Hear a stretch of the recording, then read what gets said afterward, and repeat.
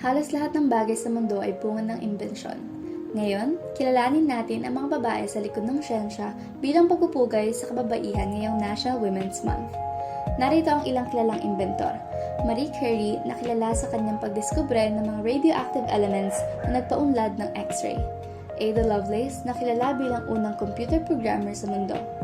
Si Stephanie Kollek, na naka-invent ng Kevlar, isang sintetikong himaymay na ginagamit sa paggawa ng bulletproof vests. At si Alice Parker, na naka-imbento ng gas-powered heating furnace. Isa lamang sa kada 5 patente ang gawa ng mga babae.